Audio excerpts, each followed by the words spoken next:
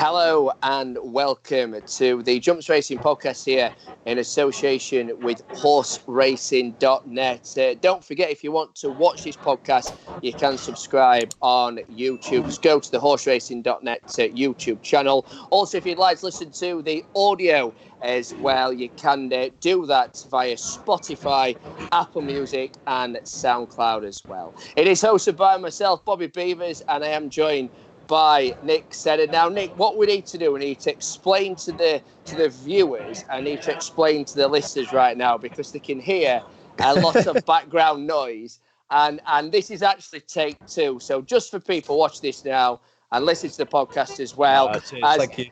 Nick is just literally getting a pint delivered to him. It currently starts in a pub in Manchester because his Wi-Fi at home has failed. So he's put his running boots on. He's sprinted like Usain Bolt down to the pub. And because he's using their free Wi-Fi, he thought he'd get himself a drink as well. So it wasn't being too cheeky. So we have got a bit of background noise as well. But Nick, it's been a bit of a disaster. But hopefully we can move on from this. This podcast will be great. Yeah, good evening, Bobby. I look a bit puced because I've just dashed down the road. Well, I did what any man would do when you have technical issues, and I got myself down to Wetherspoons. It's the place that solves all your issues. I've got a nice, cool pint of lager, and the Wi-Fi is the cloud. It's better than mine. I think the lady who just gave me a pint was absolutely baffled as to what was going on. It's all good. She couldn't get away fast enough for what I was seeing, Nick, to be honest with you. Well, do you have all that? Do you have that sort of effect on the women? I just want to ask you.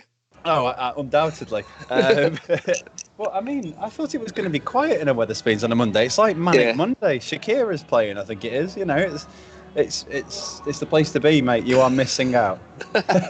Well, you're drinking your pint. I'm drinking my pint of water. One of us will be professional anyway. Right then, Nick, let's have a look back at what we saw, not just over the weekend, but also last week as well. And then we'll look ahead to the action up and coming this weekend, which of course is the Ascot Chase and the Grand National Trail as well. Let's start first with Shishkin, who was very impressive at Huntingdon last week. Look at the prices now. Round about 9-4, 3-1, with the majority of the bookmakers for the Supreme. I think about 7-1 maybe for the Ballymore, but very much looking like he will end up in the Supreme. And should he turn up there, looks like he's going to be the favourite as well. Yeah, it looks like he'll have a serious chance as well, doesn't it? Because he was really, really impressive at Huntingdon on Thursday. It was over 2.5 miles, so there is a bit of a debate on where he's going to go after this, because he is also entered in the Ballymore. But from what we could see by the evidence of the way he won his race, the Supreme ticks all the boxes because he showed a brilliant burst of speed, jumping the second last, and really put the race to bed. And it was an interesting race because it wasn't a load of pushovers, even though it was only at listed level. He beat some smart performers in here with some graded form, some listed form to boot as well. So there was a lot to like about it. And it could be a really interesting festival for his owner, Mrs. Donnelly, because she's got Shishkin, and she's also got another one in the Supreme market as well, in Asterion Forlange. He has an entry too in the Ballymore. He also has an entry in the Albert Bartlett. So an interesting headache for her to have coming into the festival. Yeah, it certainly is. And obviously not forgetting as well, you've got Mellon, who will probably turn up at the festival also, and a certain Al Boone Photo. But just with the horses you mentioned, the novices in particular, it's not a bad little headache to have, really, with the talent that she's got and potentially where they could turn up at Presby Park. Yeah, very good headache. And you know what? It isn't the norm with these types of owners, but I just wonder whether she thinks, you know what? I've got two serious chances for the Supreme here. Let's race them. Yeah, no, that straight to have happened. Yeah. Try to get the forecast if you can. That could be the way to play it. I want to touch upon Chantry House as well, another one that's got an entry for the Supreme and also for the Ballymore as well. Double figures, I believe, for both of those. Last time I did check. Firstly, he's undefeated under rules. He has won a point-to-point as well.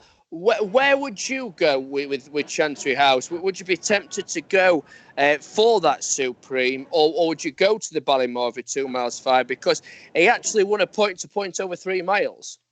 Yeah, it's interesting. On the first take of this, Bobby, before the Wi-Fi went down at my house, I was about to say that I fancy him for the Ballymore, and I know that you are in the Supreme camp as well. So it's an interesting with opinions of this, but I thought he is a perfect type for the Ballymore. I think the step up to 2 mile 5 will suit him, and I think potentially he's got a fairer crack of the whip in the Ballymore than he does in the Supreme. For all that it's a wide open race, for all that he showed plenty of speed on Saturday, and it would suit him in the Supreme. I just wonder whether they will have half an eye on the Ballymore. Yeah, and I'd agree with that as well. I think potentially, as much as I'd fancy Chantry House for the Supreme, I do think he would have outstanding claims should he turn up in the Ballymore as well. And I really do fancy him. And what I will say for people watching and listening now as well, 11, 12 to 1 with what I've seen, I think Chantry House is definitely worth it. And each way, especially now with the bookmakers playing the card of, no runner, no bet. I think each way at 11, 12 to 1 for the Ballymore, for me, I would say that is definitely worth an each way shout, in all fairness.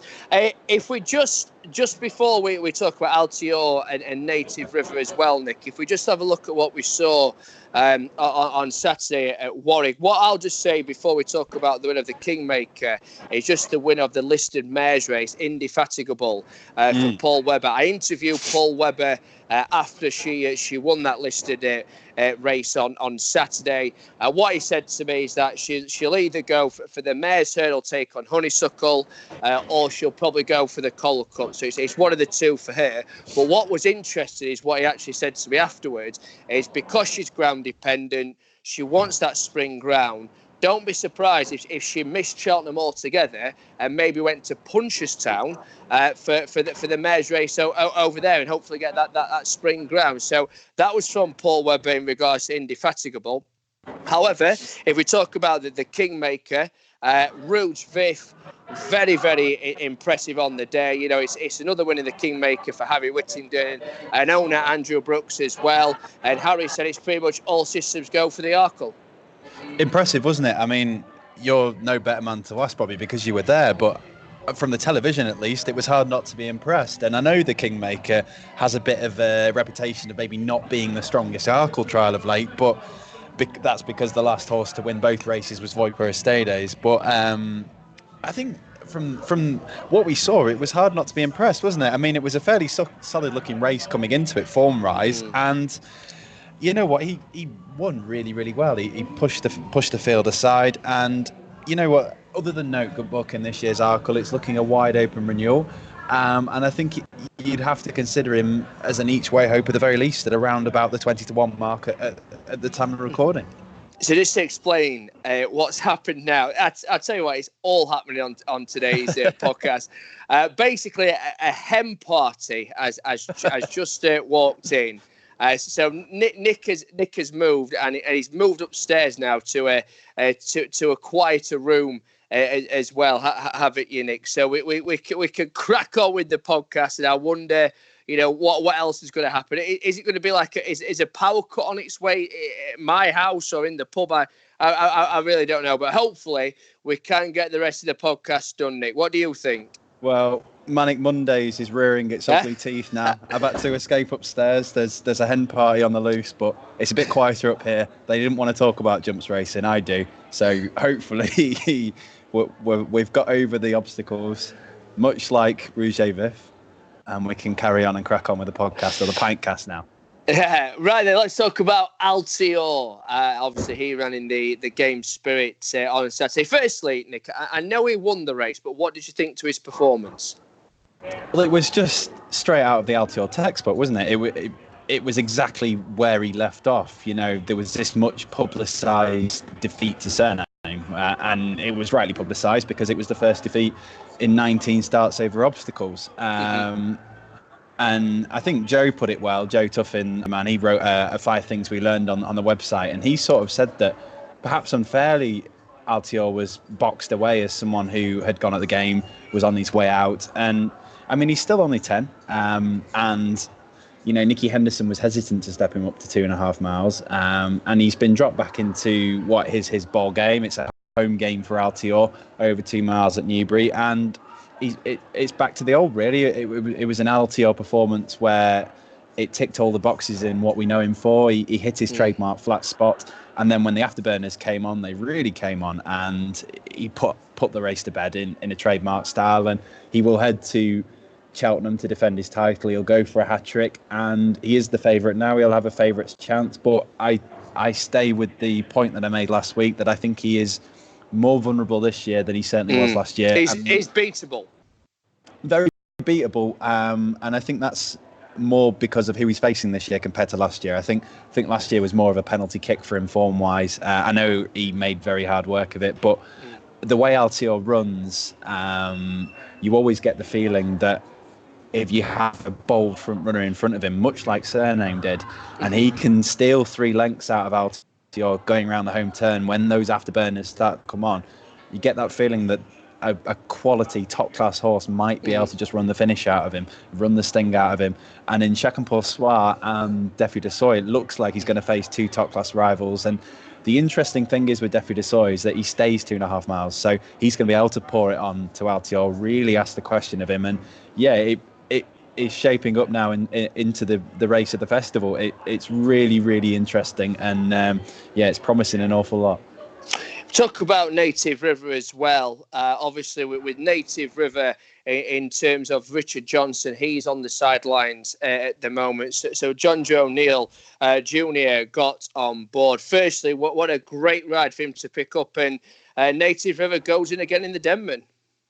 Yeah, another win in the Denman for Native River, and it's all systems go now for the Cheltenham Gold Cup. We said last week that he could well be the forgotten horse in the Gold Cup betting, which is strange about a Gold Cup winner, but he's we only seen him once coming into this race, and with all of the storyline around the likes of Delta Work and presenting Percy and Kenboy, there was a feeling that he was almost a forgotten character in the narrative. But he's now won twice at Grade 2 level. He's poured it on both times. He's won really, really well both times. We know all about Native River. He's got stamina in abundance. If it comes up soft, it's very much his ball game. And only an average year for the Cheltenham Gold Cup in the staying division, form-wise. He's going to have a really, really solid chance of doing it. And you never know, he might have a double as well. But I thought there were a few horses to take out this race on Saturday. I think with Native River, I still think it's quite a huge price for the Gold Cup. Sorry, I was having to sit then. 10-1, and I agree with you. I mean, we said last week that we thought 12-1 was quite big, and you look at the market. I've got it up in front of me. Albion Photo 4-1. He's a Cheltenham Gold Cup winner from last year. Is there really that much of a disparity with the 2019 Gold Cup winner being 4s and the 2018 winner being 10-1? I mean, Storm Kira is rearing ahead at the moment. I'm based in Manchester, so it's absolutely tipping it down. So if it carries on in this vein, there's every chance that it will be a testing ground or soft ground at Cheltenham, for all that it usually turns up good to soft. So the more the rain comes, the better for Native River. If it does come up soft, he certainly won't be 10-1 on the day. But I will say quickly, I was impressed with Secret Investor. I thought he ran a really good race with the Paul Nicholls team, as did the horse half an hour before him, Dynamite Dollars, on the back of an absence. And I was really impressed as well with Etoile Phil. It was his first start for the Gary Moore team. He was 40-1, and he looked borderline outpaced for some of the race, but he stayed on really well from the rear. It's his first start for the Moore team after sort of losing his way a bit for the Gordon Elliott team in Gigginstown. It wouldn't surprise me. He's got a Grand National entry. Whether this will sharpen him up, this will qualify him for Aintree, whether they've just got half an eye on the Merseyside race in a couple of months. Yeah, it'd be interesting to see what weight he gets allocated as well. Just before we go any further, after his win in the Denman chase on Saturday, Adam Morgan, who's making his debut here on the podcast, he caught up with Jonjo O'Neill Jr. Great, it's a pleasure to ride a horse like that. Very, very lucky, and it's just nice that the faith was rewarded. Yeah, and it's obviously unfortunate circumstances for Richard that you get the ride, but yeah, he'll be back. You could have a big day if not. Yeah, I mean, I think he'll be back for Cheltenham, but it's nice to be kind of a substitute for him today, and Dickie was very helpful with me getting the tactics right on him. He's quite a straightforward horse, but just told me a bit about him, and it's thanks to Dickie, And possibly the best horse you've ridden so far? Oh, without a doubt, yeah, 100%. No worries. Thanks very much. Cheers. That was Adam Morgan for us then, our roving reporter on Saturday down in Berkshire, catching up with Jonjo O'Neill Jr. there. Great to see him get another big winner to add to his credentials. Now, Adam was a very busy man for us on Saturday because he also caught up with Phil Kirby to get the latest on Lady Butters and Topville Ben. And here's what Mr. Kirby had to say to him. Lady Buttons, yeah, she's getting better and better. No, she's in good order. She's come out of it fine. She'll go to she'll go to one of the races at Cheltenham. I'll decide last minute. I'll see where everybody else is going first. We probably can decide last minute. So yeah, we'll just see how things pan out. But Altior might have made you think twice yet again. Yeah, but I suppose I don't know where will the other mares go. We'll see. Yeah, they're all competitive, aren't they? But I'll just try and pick the best chance for her. And Topville Ben, how did he come out of Cheltenham the other week? Yeah, no, you wouldn't know he'd had a run. I'm tempted to wait till Aintree and either run in the National or the Bet Bowl. The Bowl, yeah, 3 mile race. So I'd say he'll most likely run in one of them. We haven't made any set plans, but that's my favourite. Yeah, he ran a big race there last season. The course clearly suits. Yeah, he loves the track, and he got probably a bit of rain wouldn't do him any harm, but he's come out of it fine. So yeah, it's all good. And we hope that when the weights come out on Tuesday, he might get a nice racing weight to tempt you. Yeah, we'll see. He'll need a little bit of help, I would say, off his mark, to be competitive. But it's the type of horse that could run well. He's a bit unexposed and it's just highly rated, but it's a good problem to have, I suppose. And Tommy gets on really well. Yeah, with he him. does. Yeah, and Tommy's desperate to ride him in it, so we'll see.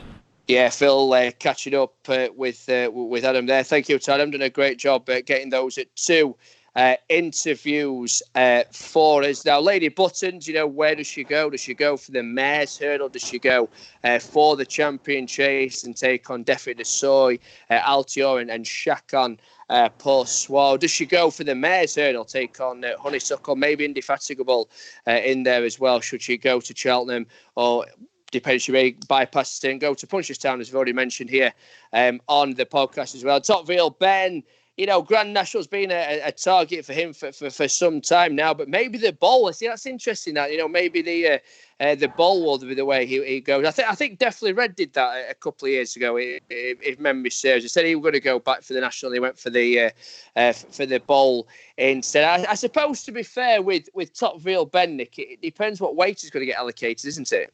Yeah, you'd have a feeling that he's going to get hit really hard because I'm right. I think we said before that his win in the Roland Merrick took him into the 160s, which means you're in the realms of being a Gold Cup horse in that territory. It means a bit like Elegant Escape, who we'll talk about in a bit about Haydock.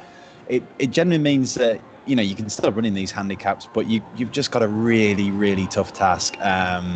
It's going to be a serious ask in the National off that kind of mark. Perhaps the presence of Tiger Roll, of Native River might give a bit of slack, but I'm just getting up the BHA ratings while I'm rambling. He's rated 164 officially, which means he's likely to get a serious weight in the National. And you never know, the bowl might be a real shrewd bit of placing, because we know how testing a race the Gold Cup can be. We've just hinted that it might even come up soft this year. There's only 3 weeks this year between the Gold Cup and the Grand National. You might find that the bowl puts up a little bit, or Topville Ben, if he comes in fresh, might be facing rivals who have been turned around a bit too quickly. It could prove to be a real shrewd bit of placing. I think Tifa 2 did that a couple of years ago, if I remember correctly, under Liza Kelly. So, yeah, I really rate that. I think it might be a case of keep an eye on the Grand National weight, see what mark he gets on Tuesday, and then keep an eye on the field for the bowl as well, and gauge it all up close to the time.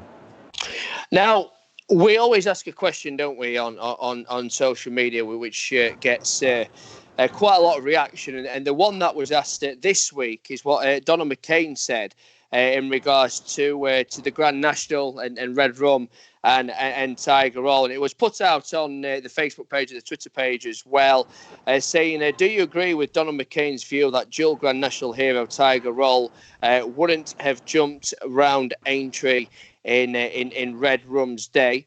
Obviously, the fences were a lot bigger then.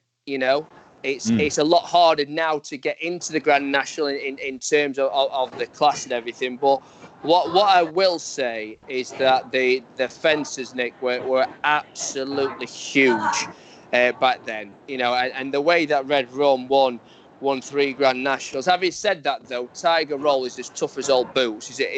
He's got a huge engine. He just jumps fences for any fence really for fun. You know, he's a great horse. I think it's a shame that like Red Rum wasn't around now and Tiger Roll wasn't around back in the 70s, if you like. But just looking at a few of the reactions here, what we're seeing on social media, quite long responses. So I'll just take a few highlights, and just to let you know, I'm just going to read a little. Caroline said, I walked the course last time Red One won. I can categorically say that the fences are way smaller now. It takes a class horse to win the national nowadays, not the jumping test it once was. That's from Caroline. Heather says it's a completely different race. The fences are much smaller.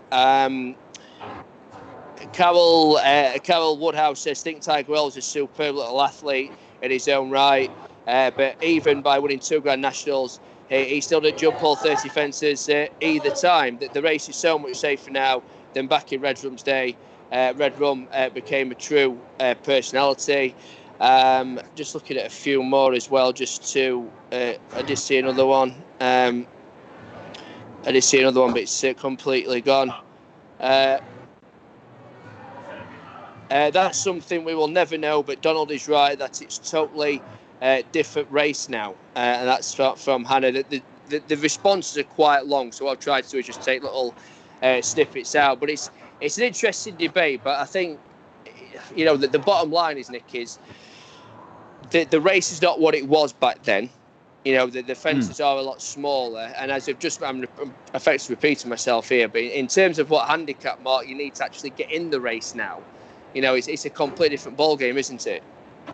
It is. These are the sort of debates that make sport so fascinating, because we'll never get an answer. And, you know, me and you, Bobby, will need the help of Facebook, really, because we weren't around in the time of Red One. Obviously, we've both watched him on YouTube and the likes, so, you know, we know a bit about what the fences used to be like. But I suppose you can only really get a gauge from watching YouTube how testing they were. But if you listen to, you know, the likes of Ginger McCain when he was around, and Donno as well, that it was a serious test back in the 1970s. But as you say, it was so much different then for so many reasons. I mean, back in the 1970s, you had horses carrying 12 stone. Now you can only carry 11 stone 10 as a top weight.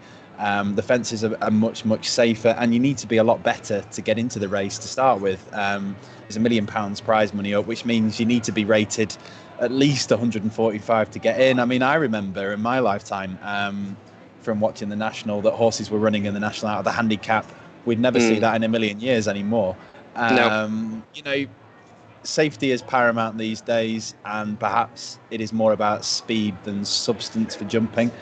But I think the fact that we still have horses like Vintage Clouds, who is a very smart staying chaser, won at Haydock, has a good chance at Haydock on Saturday as well, but he just does not like the fences. No. And they still are a genuine test of a horse. And in Tiger Roll, we've got a top class horse who's good enough to run in a Gold Cup, good enough to win a Gold Cup. Don't get me started on that, it's a whole different debate. But he's also won 2 cross country races, he's won 2 Grand Nationals. You would like to think that his versatility of his jumping means that he would certainly give it a very good go at the very least. I know he's a small horse, but I think it's foolish to say that he won't complete. I mean, Tom Cannon, the jockey, tweeted us, so we're in esteemed company, and he said that, you know, I'm nicking his point, that it would be outrageous to say he absolutely wouldn't jump round, because he's proven to be such an agile jumper of a fence. But they're 2 different races. It's like trying to race Frankel and Back Caviar. It was like trying to race Stradivarius and Enable. These are the questions that will never be answered. But it is interesting to hear, and you know, it's shaping up. Hopefully, Tiger Roll runs on Sunday. We haven't mentioned him yet. Runs in the Boyne Hurdle at Navan or Naas. Naas, I think it's Naas. It's probably Navan now. So hopefully he gets back en route to Cheltenham. We see him at the cross country, and then hopefully tomorrow on Tuesday the handicapper doesn't hit him too hard, and Michael O'Leary opts to send him to Aintree. Let's have a look ahead then to what's going up on Saturday. We'll start first with the Grade 1, the Ascot Chase. Surname was mightily impressive in this race 12 months ago. Waiting patiently, tried to go with, but you just couldn't be any form of idol or anything for him. So Surname then 1-2 at the time of recording. For Paul Nicholls, we'd probably say he's going to win it for a second year, isn't he? Yeah, you'd think so. It's an interesting angle you go in on, Bobby, because it's a real shame that Waiting Patiently isn't fit to run in this race, because I don't think he was able to give quite his true running last year. For all that Surname's a top-class performer, Waiting Patiently was very much back to his best last time. So it's a shame that we don't see the rematch. But the field that assembles, he's going to face a fair few rivals here. Personally, I just think that Surname is untouchable around, borderline untouchable around Ascot. He didn't stay, quite simply, at Kempton. But what he's shown so far at Ascot has been unstoppable. I mean, he's won 3 races over fences here in breathtaking fashion, including when running the sting out of Altior. He just looks as though he's far too classy for this field, and I'd go as far to say I think 7-4 on might be a bit generous, but he is going to get a test. He's going to face the new kid on the block in Riders on the Storm, who himself was an impressive winner over course and distance last time out. He won by 7 lengths. So it is interesting. All the vibes around him from the Nigel Twist and Davis yard is that he is a Grade 1 performer in the making. And this will be some litmus test for him, because he's going to face a real top-class performer around Ascot. I sort of would sway towards the side that it might be coming a bit too soon for him. And there is also the Frodon factor as well. We have last year's Ryanair Chase winner Frodon, who's flirted with the idea of stepping up to 3 miles himself now and again, and he's been really impressive so far this season. On reappearance at Aintree, I think the weight told in the All Round Chase. He then probably found it too much of a test in the Betfair Chase, but still ran respectably, and then returned to winning ways without Altior in the Silvio Conti Chase last time out. We know what he's all about. He's a real tough nut to crack. He's got a brilliant partnership with Bryony Frost. He'll try all the way to the line, but this Surname, when he gets into a roll from the front, is really, really difficult to keep up with, and really don't think any of these rivals, the likes of Janik, Calvados, Top Notch, Traffic Fluid, will be able to live with him. Yeah, and he's back at Ascot. I think that's the key with him as well, with him being back at Ascot. Let's turn our attentions to Haydock. It is the Grand National Trial at the time of recording. Truckers Lodge is currently 4-1 marking. Now, you really fancied Truckers Lodge, didn't you, for the Welsh National? Of course, second behind Potter's Corner. I did, and it's not difficult to see why he's favourite for this, is it? Because he ran an absolute screamer in the Welsh National, finished second, and for quite a way like he was going to win it. He's very much the new kid on the block, because he's strangely, really, for a staying chaser of this level, he's only made 4 starts over fences so far for the Paul Nicholls team, and he's progressed at the rate in knots. And he turned up at Chepstow off a mark of 1:39 and ran really brilliantly. He showed that he's all about stamina. He handles testing going. I think it's going to be bottomless at Haydock on Saturday, so I think conditions will be in his favour. It's worth bearing in mind that Harry Cobden is 100-1 on to be at Ascot on Saturday to ride Surname, so you'd imagine that Lorcan Williams will take the ride on Truckers Lodge. If he doesn't pick Yalarenki, if he does so, there'll be £3 off, which means he's racing off 142 on Saturday. He could be absolutely chucked in off 142 as an unexposed 8-year-old. There are a lot of options in this race, but I think he's a worthy favourite. Yeah. Ramsey Zitei is the second favourite here for David Pipe. Of course, he ran in the Grand National 12 months ago. He was pulled up in the race, but he was second in this particular race behind Robinsworth back in 2019. But I like what I've seen from him this season. We said about when he went novice hurdling, didn't he? At the opening meet at Cheltenham, he won that very well. I think he's got a great chance, and I quietly fancy him to run into a place in the National as well, Ramsey Zitei. Yeah, he's with his exploits. He's staking his claim to be the male Lady Buttons, isn't he? Really, really versatile so far this season. And you, by mentioning the Grand National, you've reminded me because to say that I never really consider this to be a Grand National. I call this, this is the trial that isn't a trial, in that it's got a terrible record of producing Grand National horses. I can't remember the last time that one won this and went on to be a contender. It's never produced a winner. But this time around, there's 15 runners at the time of recording. 8 have got Grand National entries. And you know what?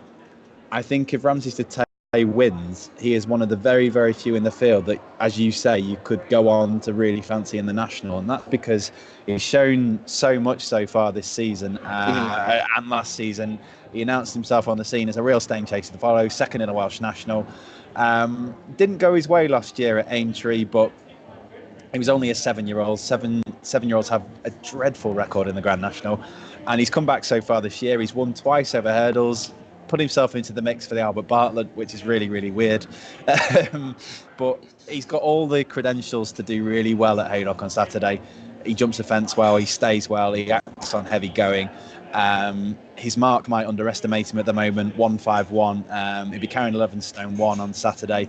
I think I agree with you. He's got a really, really good chance. And he could be doing the strangest double in the world, couldn't he? Albert Bartlett followed by Grand National. That'd be great if that was to happen. Very unique as well.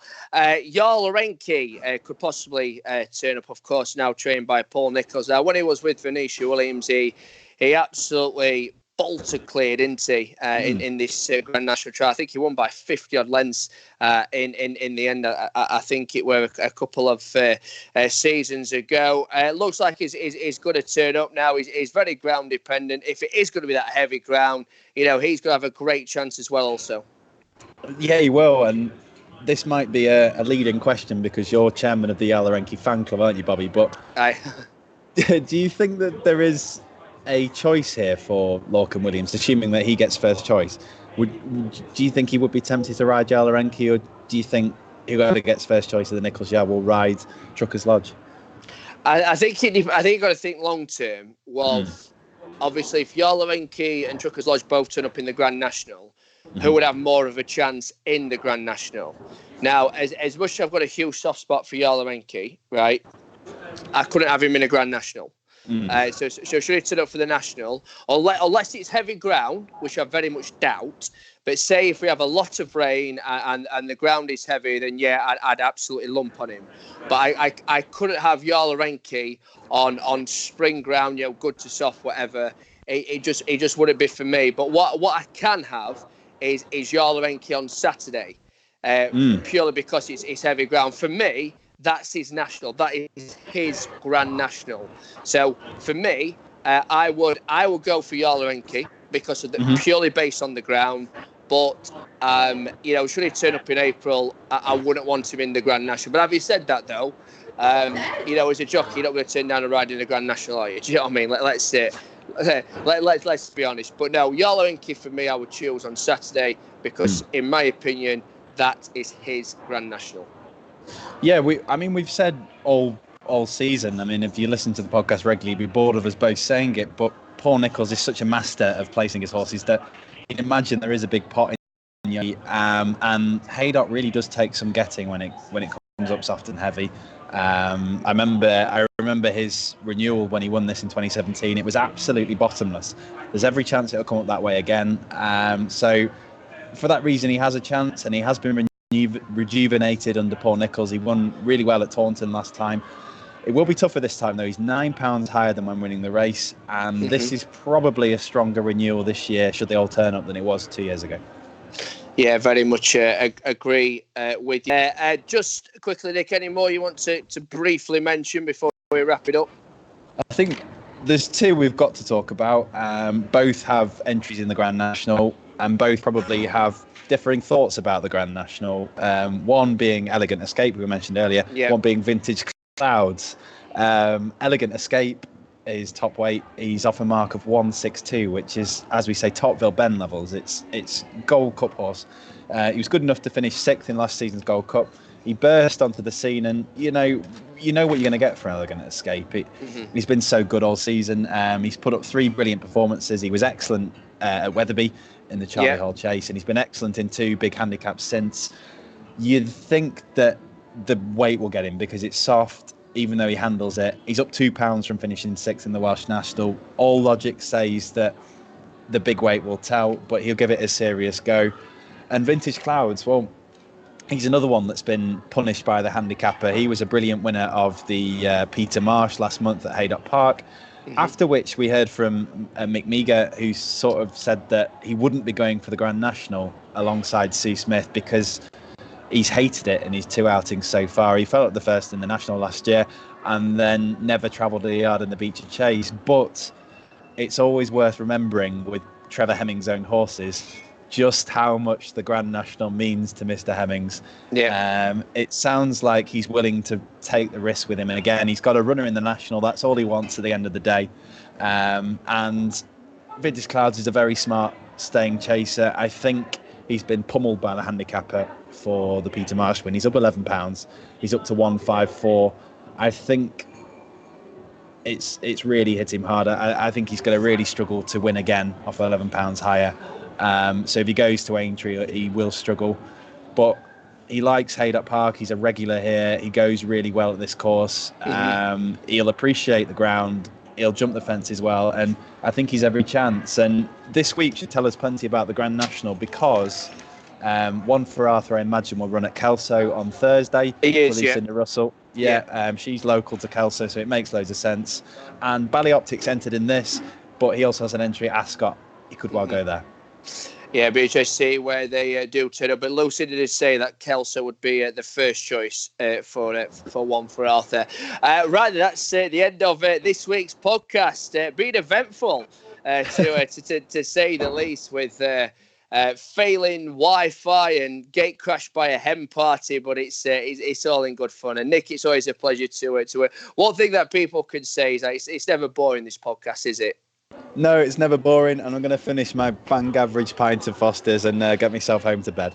Oh, great stuff. Nick, pleasure to work with you as always. And don't forget as well that to follow at horseracing_net on Twitter, because they're giving away Cheltenham tickets. They're giving away tickets for day 1, 2 and 3. And shortly they'll be giving away tickets for day 4. So if you want to be there on Cheltenham Gold Cup Day, make sure you follow at horseracing_net on Twitter. And all the details will be on there on how you can win tickets for the Cheltenham Gold Cup Day at the festival. But for the meantime, from myself and from Nick, we will say goodbye, and don't forget to tune in again next week.